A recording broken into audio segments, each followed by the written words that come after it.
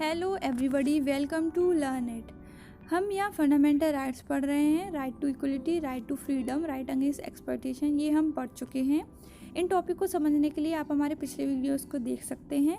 आज का हमारा टॉपिक है right to freedom of religious is an entirely personal matter. Religious personal believes और वैल्यूज़ की बात करता है कि आपका कोई भी पर्सन अपनी बिलीव्स और वैल्यूज़ के अकॉर्डिंग पर्टिकुलर रिलीजियस को मान सकता है। ये आपका फंडामेंटल राइट्स है। कंट्री में इस तरह के लॉ बनाए गए हैं कि आप अपने रिलीजियस को अपनी चॉइस के अकॉर्डिंग एक्सरसाइज कर सकते हैं, प्रैक्टिस कर सकते हैं। आर्टिकल 25-28 में ईच एंड एवरी इंडिविजुअल के पास राइट है फ्रीडम ऑफ रिलीजियस का। इंडिया कंट्री ऐसी कंट्री है जहाँ बहुत सारी कल्चर्स प्रैक्टिस किए जाते हैं। इंडिया को होम ऑफ मैनी रिलीजियस और कास्ट भी बोला जाता है। Article 25 freedom of conscience and free profession, practice and propagation of religious. Freedom of conscience मतलब कि आपके पास इनर फ्रीडम में आपकी इच्छा है कि आप किसी भी भगवान जी को मान सकते हो, गणेश जी, शिव जी, किसी को भी मान सकते हो। ये आपकी इच्छा पर डिपेंड करता है। आपका मन जो करे किसी भी भगवान जी को आप मान सकते हैं। फ्री प्रोफेस कर सकते हैं, फ्रीली आप सबको बता सकते हैं अपनी रिलीजियस कि आप कौन सा रिलीजियस फॉलो कर सकते हैं। प्रैक्टिस कर सकते हैं, आप रिचुअल सेरेमनी अटेंड कर सकते हैं, आप पूजा वगैरह कर सकते हैं अपने रिलीजियस से अकॉर्डिंग। प्रोपागेशन ऑफ रिलीजियस का मतलब ये है कि आप अपने रिलीजियस की अच्छी अच्छी बातें लोगों को बता सकते हैं, पर किसी को फोर्स नहीं कर सकते क्योंकि वो रिलीजियस अपना चेंज कर दे, या किसी से फोर्सफुली रिलीजियस चेंज करा नहीं सकते। It provide that all person in India subject to public order, morality, health and other provision. ये एब्सोल्यूट नहीं है, इसमें कुछ रेस्ट्रिक्शंस हैं। पब्लिक ऑर्डर, मोरलिटी, हेल्थ, ये सब इसमें इंक्लूड हैं। इसमें वही बात की गई है कि फ्रीडम ऑफ कंसाइंस को एंटायर कर सकते हैं, फ्रीली प्रोफेस कर सकते हैं, प्रैक्टिस कर सकते हैं और अपने रिलीजियस के बारे में अच्छी अच्छी बातें लोगों को बता सकते हैं।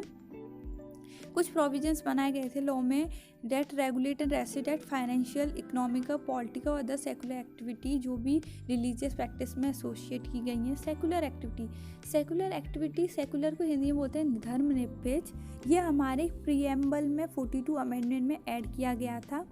इसका मतलब ये है कि इंडिया जो है वो सेकुलर कंट्री है, कोई भी स्टेट रिलीजियस नहीं है, कोई भी एक रिलीजियस नहीं है। ना जाने कितने रिलीजियस लोग फॉलो करते हैं इंडिया में, इसलिए इसे सेकुलर कंट्री बोला गया है। ये सिटीजन और नॉन सिटीजन सब पर एप्लीकेबल है। Article 26 freedom to manage religious affairs subject to public order, morality and health. Every religious denomination और any section thereof shall have the right.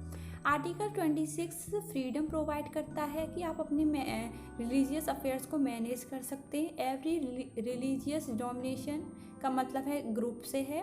Article 25 individual religious की बात करता है और 26 ग्रुप की बात करता है। तो आपको यहाँ कुछ राइट्स दिए गए हैं आर्टिकल 26 में, जैसे कि आप इस्टेब्लिश और मेंटेन कर सकते हैं इंस्टीट्यूशन रिलीजियस या चैरिटेबल पर्पस के लिए, और आप इसमें इंगेज रह सकते हैं रिलीजियस के मैटर में। आप मूवेबल या इमूवेबल प्रॉपर्टी को ओन या एक्वायर कर सकते हैं, और ये प्रॉपर्टी एडमिनिस्ट्रेटर होगी according with the law. Article 27 freedom as to payment of taxes for promotion of any particular religious. There can be no taxes the proceed of which are directly used for the promotion and maintenance of any particular religious और religious denomination. Article 27 ये बोलता है कि आपसे कोई भी tax नहीं लिया जाएगा रिलीजियस के नाम पर, और गवर्नमेंट भी कोई भी आपसे टैक्स मांग कर किसी पर्टिकुलर रिलीजन में नहीं लगा सकती, किसी पर्टिकुलर रिलीजियस को या ग्रुप को प्रमोट नहीं कर सकती। आपसे फ़ीस ली जा सकती है, टैक्स और फीस अलग अलग हैं। आपसे फ़ीस ली जा सकती है, जैसे कि आप कहीं यात्रा वगैरह करने जाते हैं, मंदिर जाते हैं, तो आप फीस दे सकते हैं, पर टैक्स आपसे नहीं लिया जाएगा। Article 28 freedom as to attendance at religious instruction और religious worship in certain education institution. Article 28 बात करता है कि कौन कौन से एजुकेशन इंस्टीट्यूशन में रिलीजियस इंस्ट्रक्शन या वर्शिप प्रोवाइड की जा सकती है। फर्स्ट पॉइंट बोलता है कि अभी कोई एजुकेशन इंस्टीट्यूशन पूरी तरह से स्टेट द्वारा मेंटेन किया गया हो या स्टेट फंड में से मेंटेन किया गया हो, तो वहाँ रिलीजियस इंस्ट्रक्शन नहीं दे सकते हैं।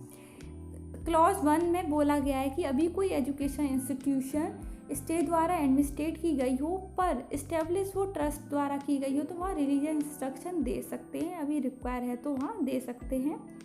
थर्ड पॉइंट में ये बोला गया है कि अभी कोई एजुकेशन इंस्टीट्यूशन रिकॉग्नाइज की गई हो किसी स्टेट द्वारा या received out of state fund से हुई हो तो वहाँ रिलीजियस इंस्ट्रक्शन दे भी सकते और नहीं भी दे सकते। So right to freedom of religious हमारा यहीं ख़त्म होता है। आपको हमारा वीडियो कैसा लगा कमेंट सेक्शन में बता सकते हैं और ऐसे ही वीडियो देखने के लिए हमारे चैनल को सब्सक्राइब कर लीजिए and like the hit button. Thank you.